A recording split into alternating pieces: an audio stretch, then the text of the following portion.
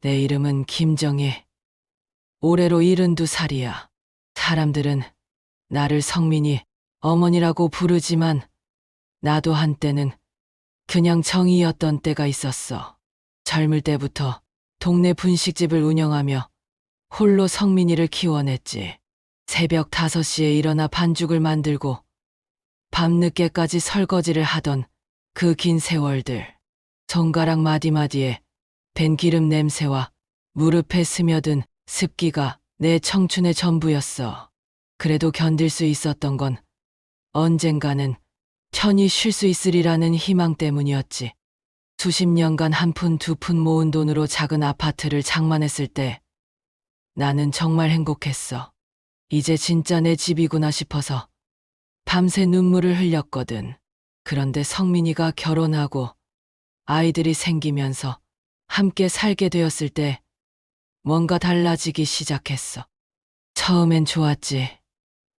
손자 손녀들 보면서 이래서 그동안 고생한 보람이 있구나 생각했으니까.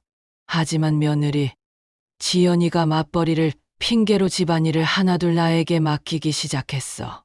어머니, 죄송한데 빨래 좀 부탁드려요. 처음엔 이런 식이었지. 그런데 점점 당연한 듯 요구하게 되더라고. 어머니, 우리 옷이랑 아이들 옷은 따로 해주세요. 저녁은 7시 전에 꼭 차려주시고요. 언제부턴가 나는 이 집의 주인이 아니라 가정부가 된 기분이었어. 내가 평생 모은 돈으로 마련한 집인데 내가 눈치를 보며 살고 있더라고. 아침에 일어나면 해야 할 일들이 기다리고 있고 밤에 잠들 때까지 누군가의 부탁과 요구들이 끝없이 이어졌지. 그래도 참았어. 가족이니까 이것도 행복이겠지 하면서 말이야. 하지만 마음 한구석에서는 뭔가 잘못되어 가고 있다는 걸 느끼고 있었어. 내가 언제부터 이렇게 작아졌을까? 언제부터 내 목소리보다 남의 편의를 먼저 생각하게 되었을까? 그런 의문들이 하루하루 쌓여가고 있었어. 무릎이 아프기 시작한 건 언제부터였을까? 분식집에서 오랜 시간 서서 일하던 게 누적되어서겠지. 처음엔 파스 하나면 괜찮아질 줄 알았는데 점점 심해지더라고.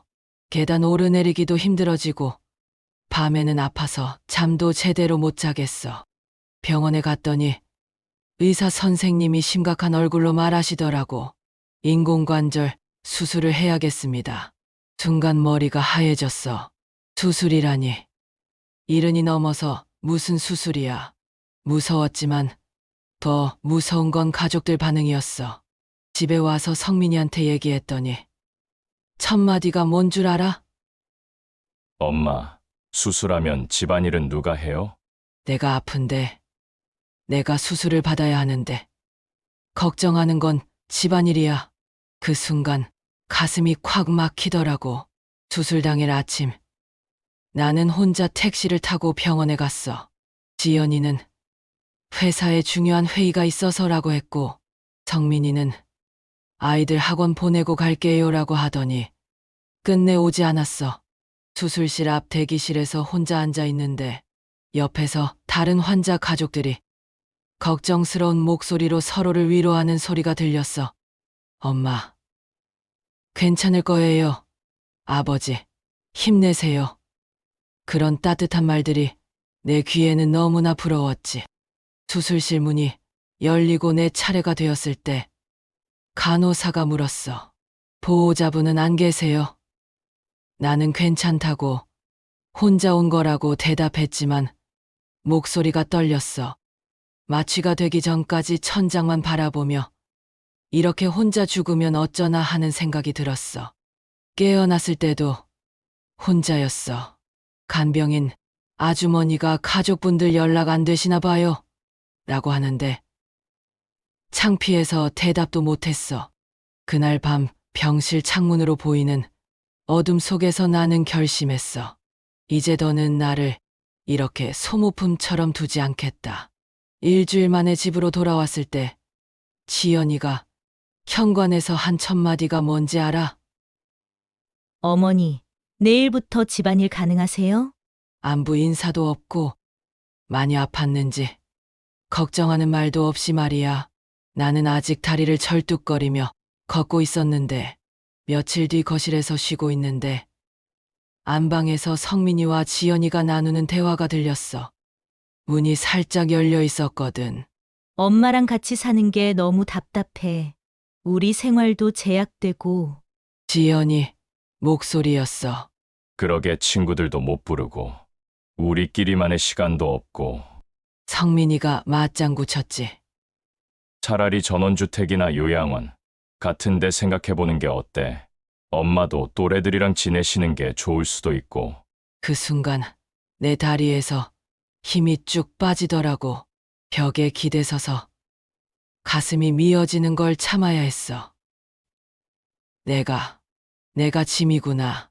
평생 이 아이를 위해 살고 내 돈으로 마련한 이 집에서 내가 짐덩어리가 되어버렸구나.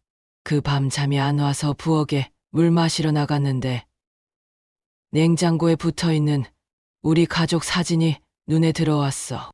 손자 돌잔치 때 찍은 건데 모두들 활짝 웃고 있더라고. 그런데 그 웃음 속에 진심이 있었을까? 나는 그냥 애들 돌봐주고 밥해주는 편리한 존재였을까? 70년 넘게 살면서 언제나 남을 먼저 생각하고 살았어.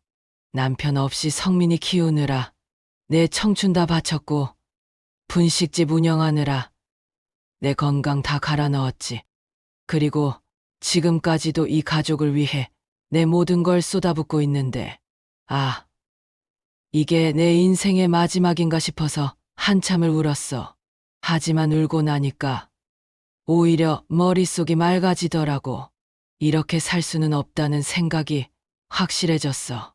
내 인생에서 나를 위한 시간이 얼마나 남았겠어? 이제라도 나 자신을 찾아야겠다고 다짐했지. 결정을 내리기까지는 한 달이 걸렸어. 하지만 한번 결심하고 나니 행동은 빨랐지. 부동산에 전화를 걸어서 집을 금매로 내놓는다고 했어. 부동산 아저씨가 어머니, 갑자기 왜 집을 파시려고 해요? 라고 묻더라고.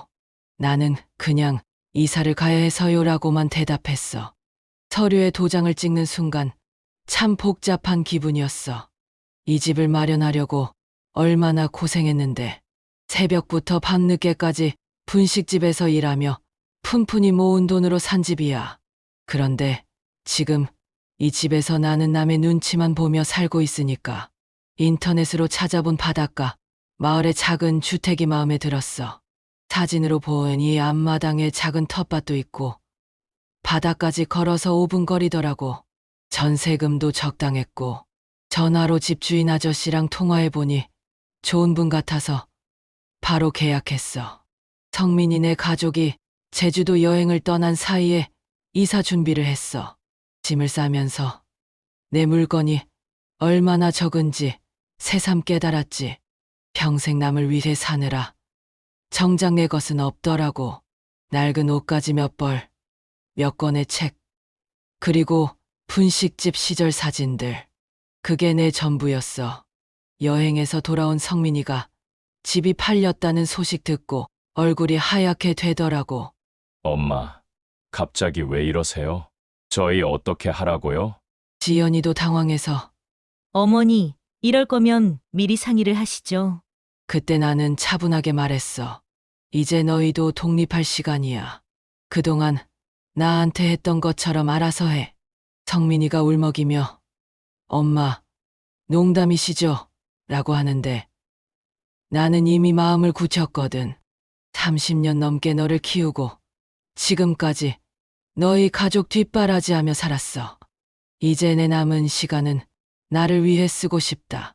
그렇게 말하고 나니까 속이 시원하더라고. 바닷가 마을에서 맞이한 첫 아침이 얼마나 아름다웠는지 몰라. 창문을 열자 바다 냄새와 함께 갈매기 울음소리가 들려왔어. 누구 눈치 볼 것도 없이 천천히 일어나서 커피를 끓였지.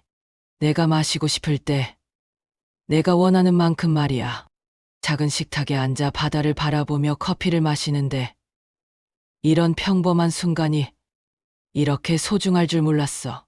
70년 넘게 살면서 이렇게 온전히 나만의 시간을 가져본 적이 있었나 싶더라고. 동네 할머니들이 하나둘 찾아와서 인사를 했어. 어서 오세요. 여기서 편히 지내세요.